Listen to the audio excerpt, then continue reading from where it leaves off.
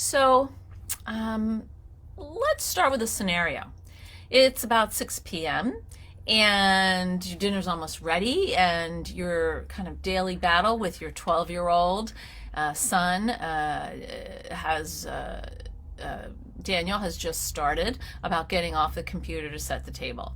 So despite the 15-minute warning and the 5-minute warnings you've given him about ending Minecraft, he's completely lost in the game. So you go into the family room, you make eye contact with him, you do all the things you're supposed to and tell him it's time to stop. And he gets indignant. What? I've just started. It can't be over. You calmly point to the clock in the room and the timer on the desk, which is about to expire. Nope, it's been the full hour. Let's count down from 10 and turn it off. But he's having so much fun that he's not thinking about the consequences of refusing to stop. You remind him that an argument about getting off the computer means he won't earn his nightly television show after dinner. He knows you're right, but it's so hard to pull himself away. He's groaning and complaining, and you just keep counting slowly, letting him know that you're following the plan, and he should too. So he slowly stops playing and heads into the kitchen and gathers the plates. He's unhappy, but he's cooperating. All right, so frankly, it's perplexing to adults that kids with ADHD and other adults with ADHD can't necessarily understand how time works. And why can't your son follow the agreement on his own and just act accordingly? I mean, he's in middle school, so, don't they understand about the future and, the consequences when you don't cooperate? Nope. He's still struggling because that part of his brain is actually 3 years younger than 12, which would equal 9. And we might not expect a 9-year-old to be able to get off the computer on their own and go to the table and lay out the dishes. He understands the concept of the future, but it's hard to incorporate it into everyday living. So how can we teach kids to both understand time, but also to think beyond the present moment without loading them up with anxiety? So I'd love you to put in the chat, what is the number one time management problem that your child has? So let's start with that. Because the ADHD brain is a now, not now brain, which means it's consistently inconsistent. And many folks have very real challenges with focusing on anything other than the present moment. If the now is fun and engaging, the later can't even compete. If the now is boring and unpleasant, then the later lacks all meaning or appeal. There's not really a lot of incentive for later because it's either not perceived or it seems irrelevant. And when the now is so pleasurable and all-consuming, there really is no later. It's really out of sight and out of mind. So it's kind of that all or nothing thinking combined with this flooding of intense emotions. When the later or the now is unpleasant, they can't modulate themselves. So they can't think about the future, that what they're doing now is just time limited and it'll be over and better. Or what they're doing now is so fun, they don't want to think about the future because the future seems to pale in comparison. So let's see what some of your kids are struggling with in terms of their time management. First of all, I want to greet a couple people who've arrived. Thank you so much for coming. Let's see. Dana, I think I greeted you already. Tanya, Kia from New Zealand. Chandra, getting out of bed in the morning. I wake her and turn on the lights. She just lays there and then is shocked when it is 20 minutes later and she's running behind. I'm laughing only because this is such a familiar story. So getting out of bed in the morning is a big problem. Hi, Jennifer from California. Lisa, procrastination. Megan, getting out the door for school. Tanya, going to school on time. Monitoring how much time he's off task. Completing numerous chores in a row. It takes him forever to get dressed for school in the morning. Getting up and ready in the morning, coming back from school at the time agreed. So there's a whole lot of stuff around the morning, getting up, getting ready for school, and then somebody says something about, following agreements to come home on time, going to bed, procrastination. Hi, Kevin from Budapest. Everything is about procrastination. It's hard to start. Tanya, the worst is the tablet or the electronics. Everything, oops, excuse me. Carolina. His lack of sense of urgency in the morning, even after I've said we have to leave in 10 minutes, he's playing video games, he's just moving extra slow. Sky says taking or Nicole, I'm not sure which is your first name, taking care of responsibilities. Erica from New Brunswick, welcome. Caroline from UK, hi. Janelle, disengaging from computer games. My son is 11-year-old. The game is Roblox, but your scenario is almost dead on my situation. Thank you, Janelle from Ontario. And Megan, let's see, I got a lot of comments here about this. Megan, welcome. Jennifer, the night routines, generally understanding time, taking 20 to 40 minutes to get dressed, washed. She has no concept of what getting ready really means. 10-minute homework can take 1 to 2 hours. Hi, Kia Ora. My starting a task they don't want to do, emptying the dishwasher, really comes to mind because it has to be done so often, every 2 to 3 days. My 10 and 12-year-old girls always would rather do electronics or read. Hi, Jules from Sydney. Not playing video games, just slow. Okay, will not do homework. Okay, so these are lots and lots of stuff. So let's start with what I hear are the mornings can be difficult, and we're dealing with procrastination. So let's start there, and if that does not cover what you're thinking about, please circle back in the comments because Facebook erases them. So let me say a little bit about time and time management. So both children and adults with ADHD struggle with feeling time, right? Which can make thinking about the future abstract and unreal. So right now I'm lying in bed, it's warm, I don't want to get out of bed, and 20 minutes feels like 2 minutes. Like there's no difference for me. I can't feel that difference. Time management is an executive functioning skill that actually responds very well to direct instruction, and it, learning to cope with time requires accepting your challenges and understanding that time is fluid and constantly changing. And that's very hard for kids with ADHD because they're concrete thinkers. There's really now, and then there's not now. So now, when you wake me up in my warm bed, feels really good. The not now, which is rushing around and stress because I'm late for school, is in a completely different universe. It's not relevant to my current universe. And a lot of kids with ADHD can't even project into the future to remember that when they don't get out of bed, they're going to rush around and be stressed out in the morning. So many people with ADHD wrestle with grasping and organizing time, and really kind of trying to feel their way through the minutes and the hours of a day, and comprehend the concepts of past, present, and future. And often people who struggle with time management have the following two issues. One, either they underestimate how long something will take, avoid it until the last minute, and frantically race to finish it, or they overestimate how much time it will take and they feel overwhelmed and they don't start at all. And that part of that or is there's the underestimation of how long something will take. There's the overestimation of their of their own abilities to do something, and then there's just the avoidance of the unpleasantness of whatever the task is. So all three of these patterns negatively affect productivity and performance and increase stress and anxiety. So when we're talking about the morning routine, we have to link the unpleasant or the have-tos to want-tos. So if, for example, your daughter, who doesn't want to get out of bed, wants to have might want an extra a half hour on their curfew on the weekends, or might want to be able to go into town by themselves with friends, or might want to have extra screen time to FaceTime or whatever with some buddies or watch a movie online.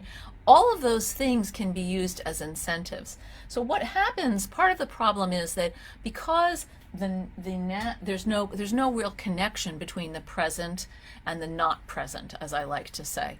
So we want to try to link them. And part of how you're going to do that in the morning is to say, you know what, I'm not interested in having a battle. So if you want to have 20 minutes to lie in bed every morning, that's great. I'm going to wake you up 20 minutes earlier.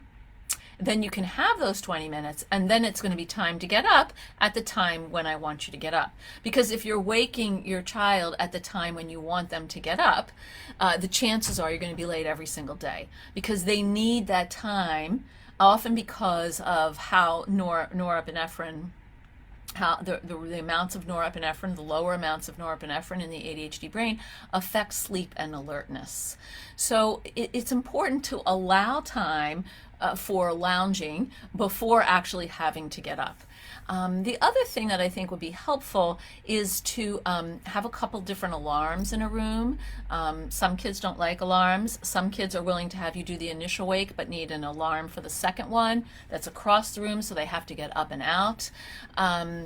Maybe you can incentivize them with earning something after school is over. So they do this thing in the morning, they earn this thing later, or maybe they can have some phone time in the car, or whatever incentives would matter to them. And that's really the conversation that we want to have before we think about anything in terms of teaching a skill. What incentives matter to your kids, and how can you set something up in terms of time management that links what's the unpleasant to the pleasant? Because if we expect our kids to feel time and understand time, and remember that yesterday and the day before and the 3 weeks before that you were arguing every morning so you weren't late to school, that's actually not going to be present in their head when they're waking up. It's just not how the ADHD brain works. So so I think, ideally what you want to do is to have a conversation with them about not wanting to argue, because they don't want to be argued with, they don't want to be yelled at, and you don't want to do the yelling or the arguing. So that's common ground that you both have. And what kind of routine can you set up for that? So if people take a long time getting dressed, but they then want to play something on their phone or their computer, they don't earn that privilege until they're dressed and completely ready for school, with their backpack out, with their coat, with their lunch, whatever it is.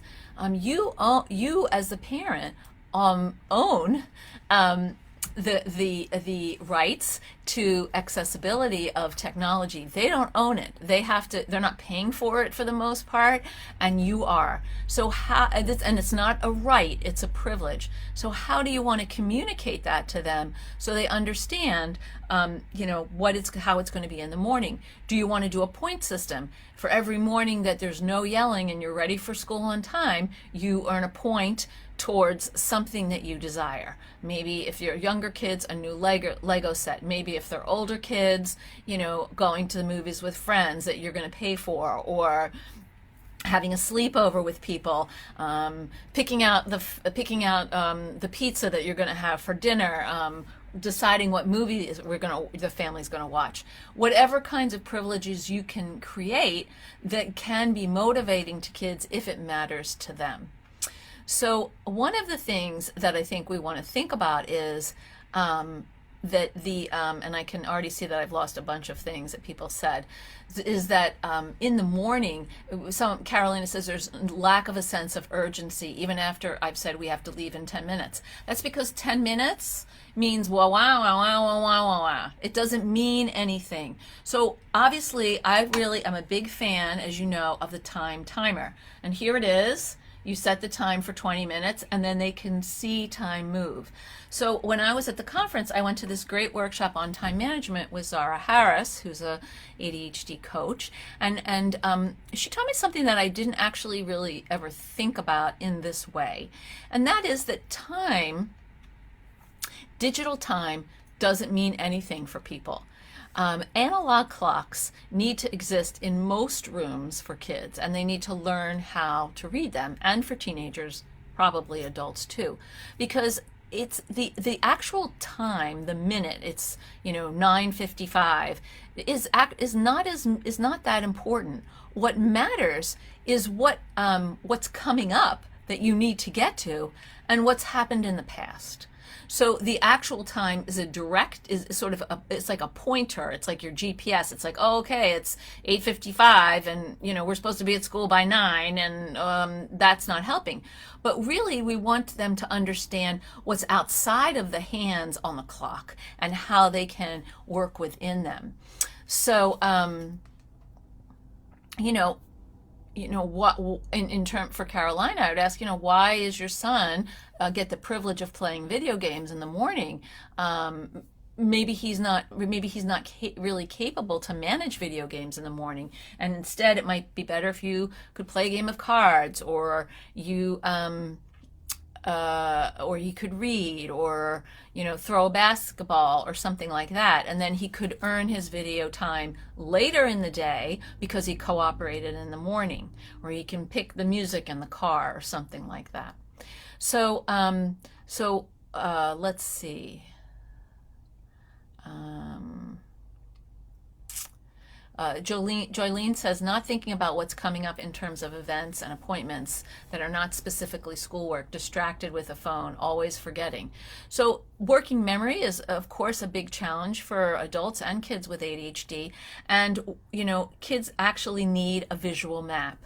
So is there a whiteboard in your kitchen? Is there a calendar with a list of activities of what happens when, or what needs to get done so you can leave the house on time?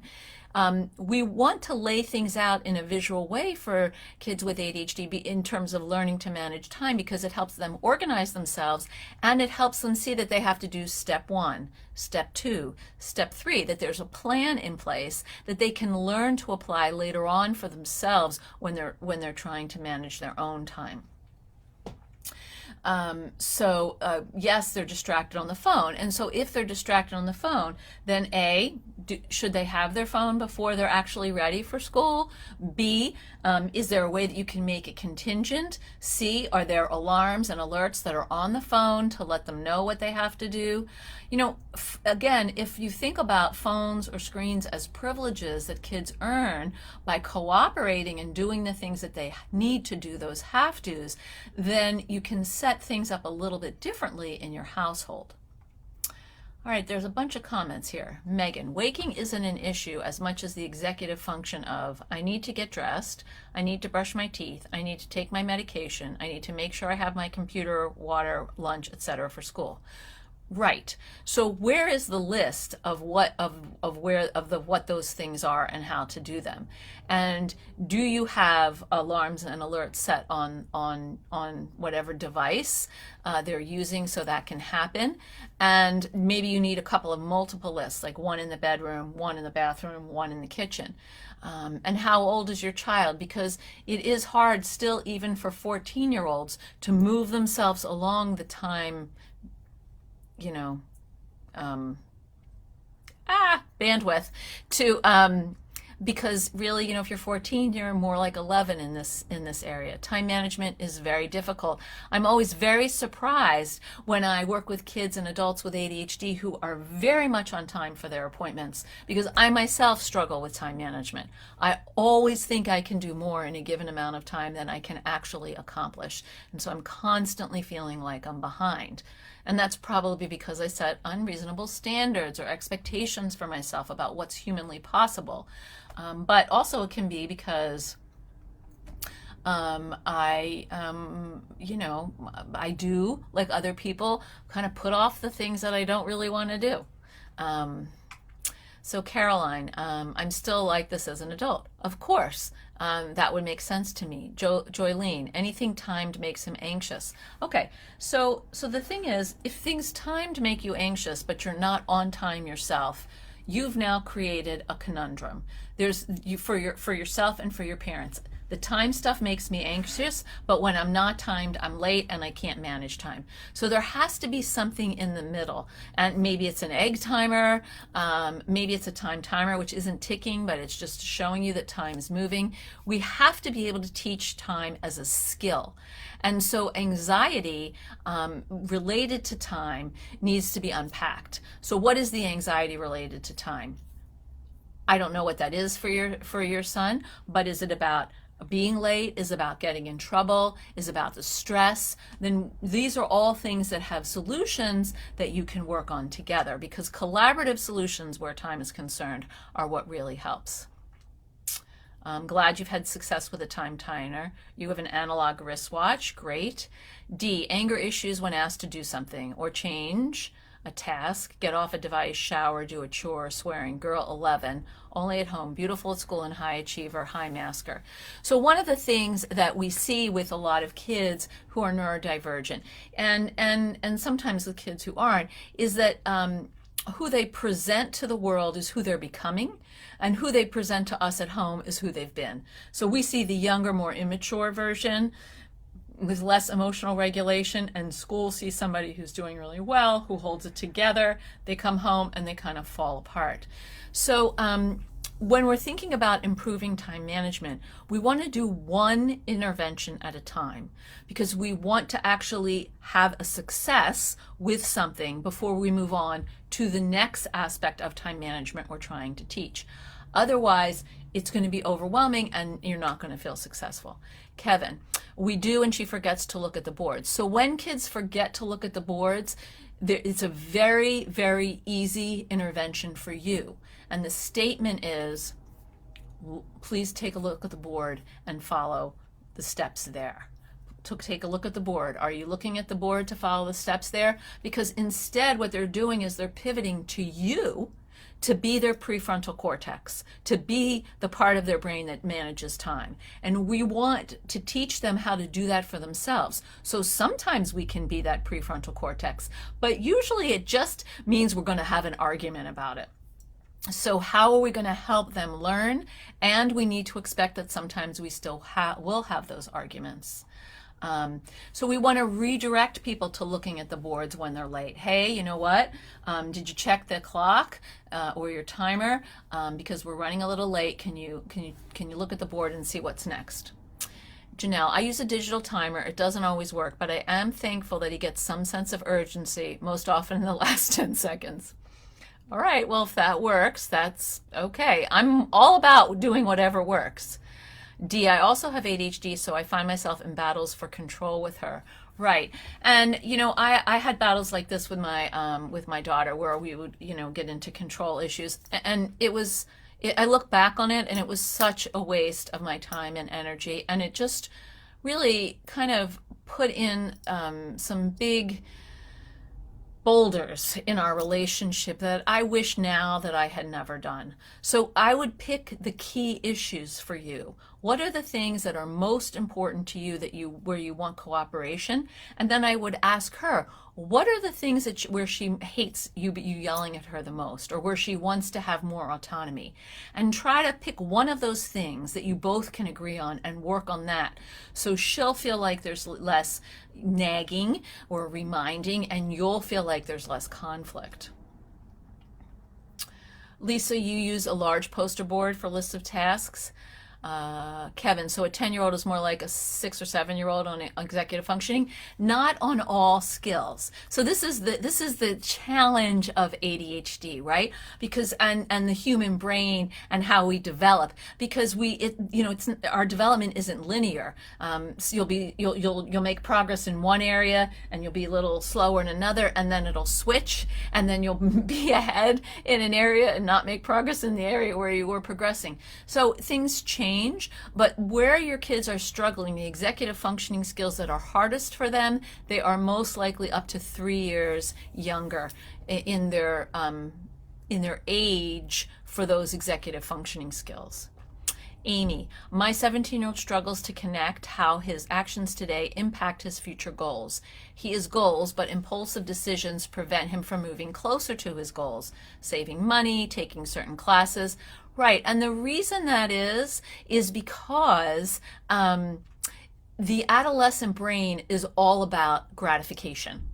And the adolescent teen brain is doubly about gratification and satisfaction. So it's impulsive decision. Something feels good in the moment, or I just am going to do this thing because this is what popped in my head.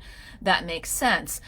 Things like saving money or taking certain classes and being able to project into the future are much harder for kids with ADHD. And so we really want to focus on an area that matters to him. Money may be something that matters to him more than taking classes. So how are we going to help him save money? What is a plan for that? What is a structure for that? Because he's not going to be able to create that on his own. So let's talk about some tips for teaching kids with ADHD to understand the future and, of course, by extension, the present. So we want to talk about the concept and issue of time with our kids. So identify some areas of strength around time and some challenges.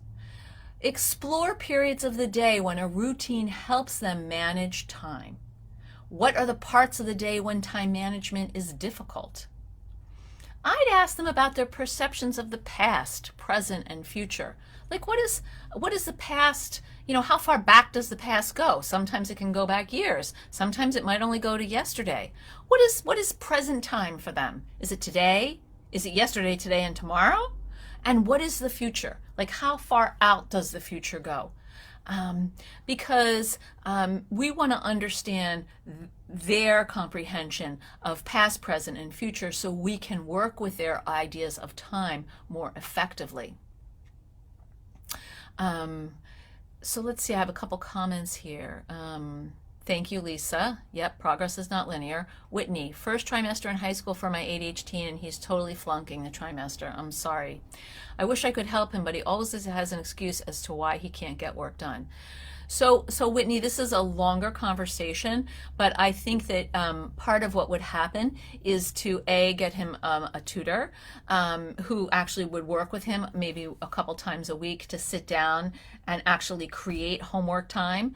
Consider having family work time where he comes home from school or you're home from work and you're at the table doing your thing and he's at the table doing his thing. And he doesn't get any privileges until he finishes his homework and you watch him press the send button. Okay, because flunking everything is serious, particularly in high school, and this means it's a cry for help. So what kind of help does he need? Does he need a strategies class in school where he does his homework supervised so he can come home and not do it? Someone I worked with once, their son said, I want to wake up at 6, I want you to give me my medication, I want to do my homework then, go to school, come home, and not have homework, and then I'll do it again the next day. And we hemmed and hawed and went back and forth. And finally, the mom said, okay, we'll try it. We'll try it for a week and see what happens. And in 1 week, he woke up every day and did that. So then we said, okay, well, we'll try it for 2 more weeks. And this was actually a plan that worked for him, for his brain, because when he came home, he was done. And he was much more willing to do stuff in the morning when he was fresher than after school. So we want to get information about that. Lee, family chores. How do I find a way for ADHD boys 12 and 10 to start and complete chores they don't want to do without rewards? I don't think you can, and I wouldn't necessarily call them rewards. I'd call them incentives. And I would make sure that the chores are broken down into doable chunks, small chunks, because a lot of time the reason kids can't get started on something is that the task seems too big. So they do a chunk, maybe they get a 5-minute break, they do another chunk, and then they're finished, something like that.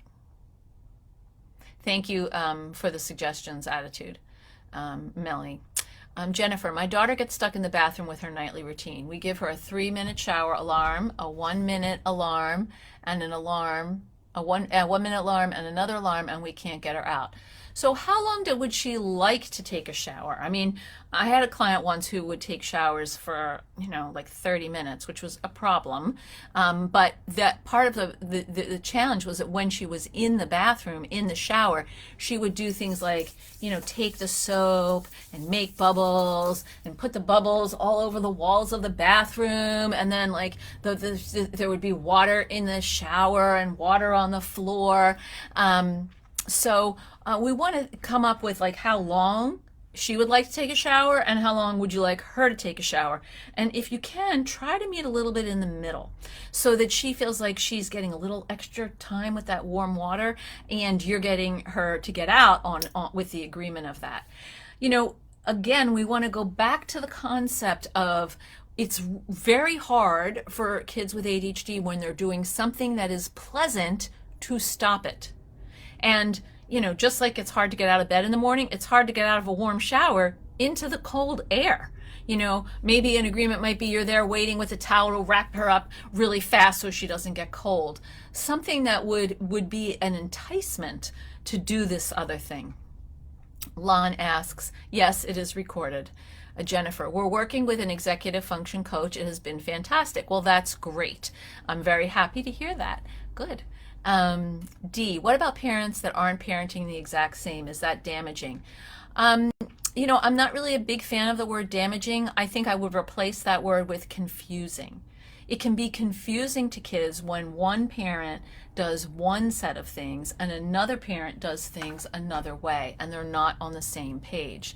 And I think ultimately what you're setting up for yourself and your family is a bad cop, good cop scenario, because you're not on the same page. So how can you get on the same page? What issues would bring you together? And if you're not sure, then maybe to consider some counseling to help you with that. You're welcome, Whitney. Jennifer, forever. Okay, so forever is a little bit long for a shower. Maybe you can work with her and say, okay, let's start with 10 minutes and see, excuse me.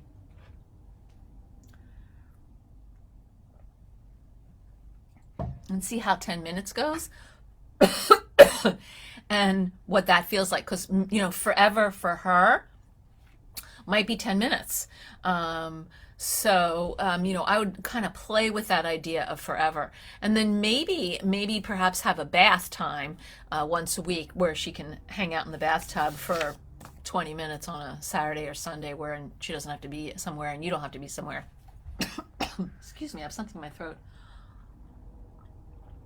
Okay. So let's look at the second tip. So we want to make connections from the past to the present and speculate about the future together. So you're nurturing the concept of the future by strengthening. Oh, I really do have a tickle. Excuse me.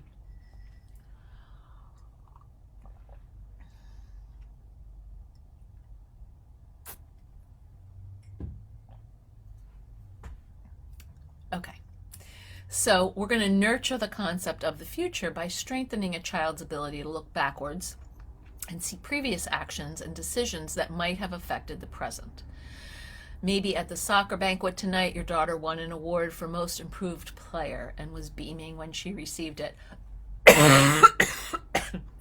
Talk with her about her reluctance to take a chance and play a new sport on the first day of soccer and how that crystallized into this success today.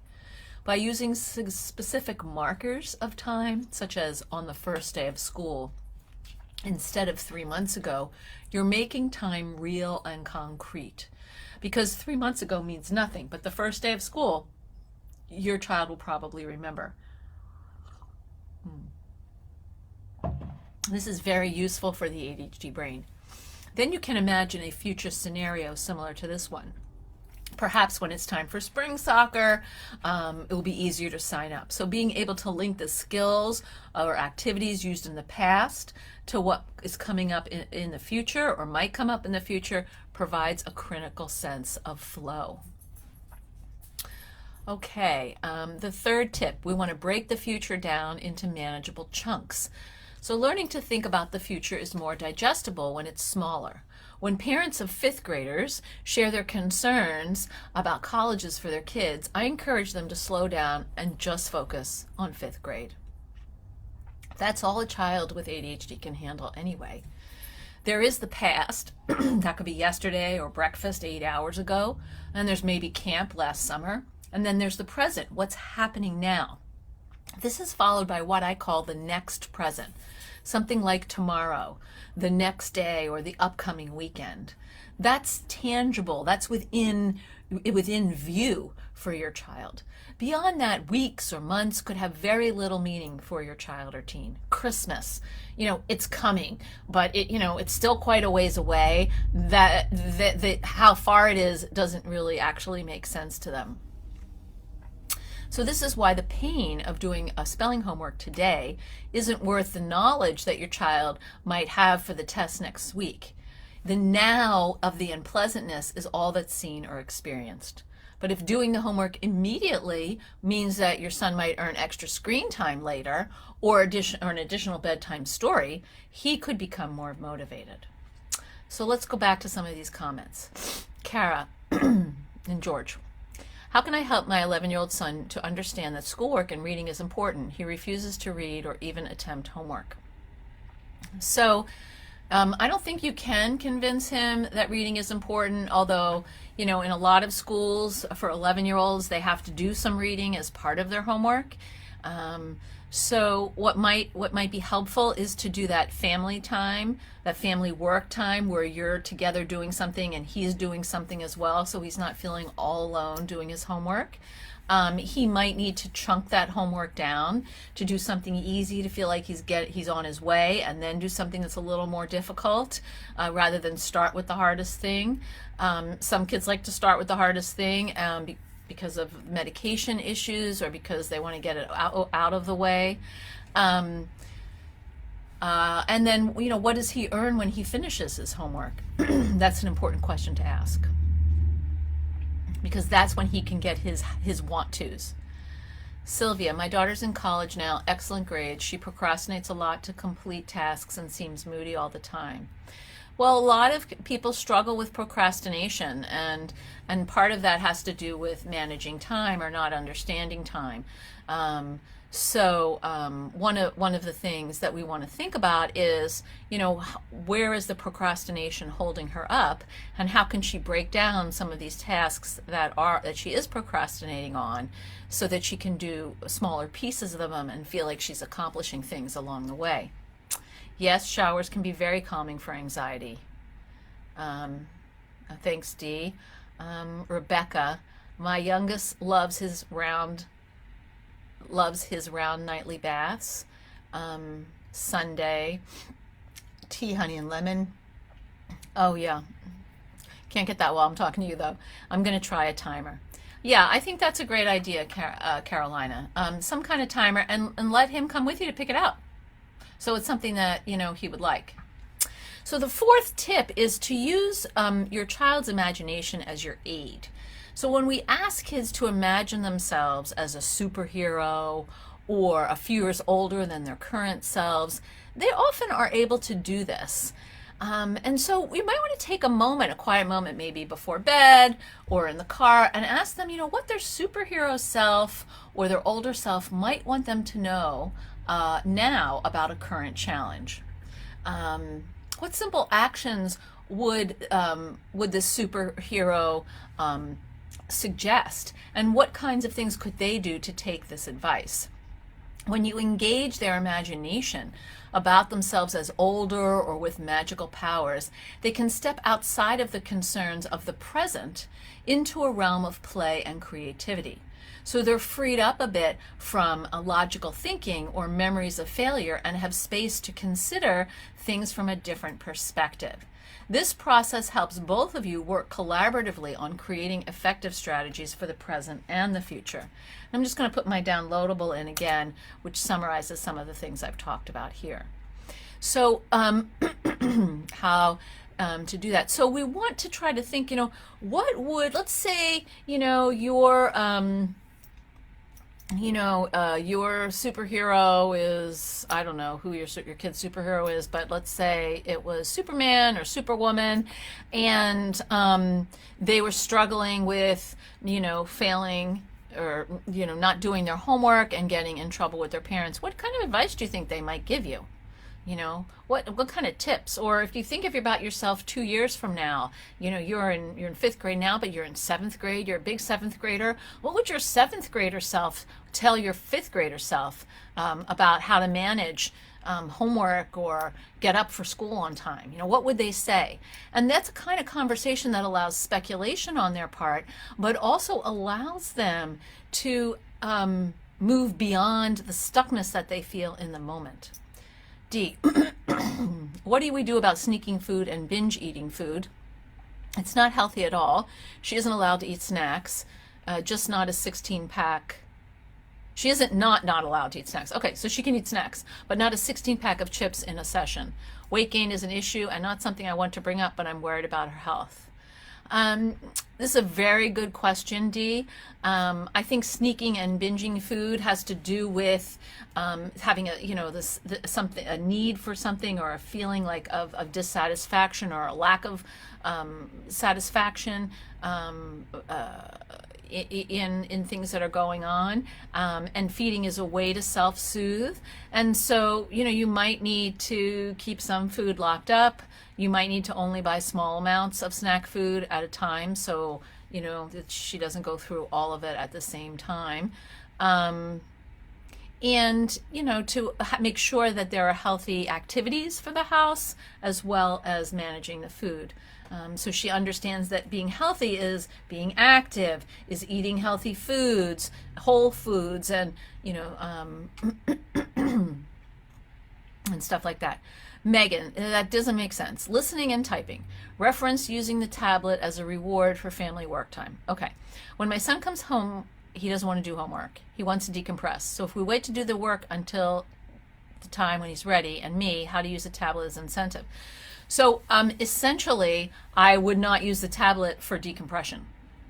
I know that's not going to be very popular, but that is what I've seen has been the most effective thing. You can come home, you can decompress for 20 minutes, but you're not going to get the tablet. You can decompress another way.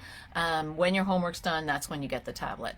And you'll get pushback and some tantruming initially, but the goal is for you to stay steady and to stick with that, because he's getting his reward, his incentive, before he does the task. And so he's not actually going to do the task. Why bother? Because there's nothing he's going to earn for it.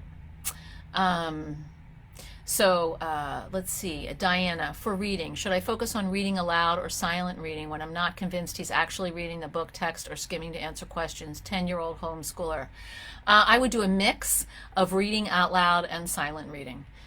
So that you know that he actually is doing some reading at some points, and then doing some silent reading at different points, followed by questions about the passage that he was supposed to be reading. Susan, healthy snacks are available, veggies and fruits in easy to eat sizes. Thank you so much. That's very helpful. Any more questions? I'm sure you guys have some questions. We have a few more minutes. Any more questions about time, the concept of time, and the idea of past, present, and future? How we can help kids start to think a little bit about the future in ways that would relate to how they're managing time right now. So this is a good time to post your questions, because I have a few more minutes to answer them. If you have questions about time management in your family, or about how to make connections to the future from what's going on now. Anybody have any comments or questions? I'm going to keep chatting until I see for another minute or so, because people might not have any. I think the thing that we really want to remember as you leave this session is that the ADHD brain is very much a now, not now brain. And that means if the now's good, that's what's focused. If the now's bad, that's the focus. Leah says, do I need to accept and lower my expectations? So I'm not sure what that comment was, because I can't get back to it, if you could repost it, that would be helpful. Megan, I haven't read the article, but how does the time timer work? Does it mark 45 minutes, for example, and then count down? Yes. So what happens is, here it is. So this is 45 minutes, so that's orange. And as it counts down, the orange disappears. So kids are actually, and adults, seeing time move. And that can be very helpful. Lower your expectations. So I don't know exactly what this question is, so I'm just going to speculate. I think you need to meet your kids where they are. So if your child struggles with time management, then meet them where they are, figure out one area of time management that's going okay, and work on that and really strengthen that, so then you can move on to an area that is more challenging. Let's see. Jennifer, thank you so much. I'm glad that's helpful to you. Thank you, Megan. Okay, it's a timer. It's not a clock. You're welcome, Sylvia. You can find the time timer if you Google it. You can find it. I think it's sold in various places. I cannot post a link to the timer because I'm on my own handling the comments and I don't have it, but I know you can get it online for sure. So again, here's a link to my downloadable. Susan says, do bits of projects that are easy while they think about the harder parts. Would that help with starting school projects? I think that's a great idea, to do small, easier parts and then think and consider the bigger things. Sometimes that works, sometimes it doesn't. Are ADHD boys generally 3 years younger maturity? People with ADHD mature more slowly because of the process of myelination from the prefrontal cortex to the rest of the brain. So the brain develops from the back to the front and the inside out. And the back of the brain, the reptilian brain, the physiological brain is fully intact at birth. Otherwise, you'd have big problems. The emotional brain, the mammalian brain, is also partially intact, and then it develops over time. And then the prefrontal cortex, I mean, all these parts of the brain are there. They're just not connected. They're not fully myelinated to, which is the sheath that goes around the neuron, to other parts of the brain so that it's efficient and effective in terms of the messages it's sending and the connections it's making. So the brain is, you're born with a brain. The brain reaches its full size and weight by the age of 10, and it has about 100 billion neurons. So ADHD boys and girls, there's about a 3-year delay in maturation, and that goes all the way up through the 20s. So we see that the neurotypical brains are fully myelinated and connected around age 25, and there's up to a 3-year delay for people with ADHD. So I think there's one more comment. Thank you, Lisa. You're welcome. I hope you all have a wonderful weekend, and I look forward to seeing you next month because I'm going away, and when I come back, it'll be the holidays. So I wish you all a happy and a healthy holiday season and a wonderful new year.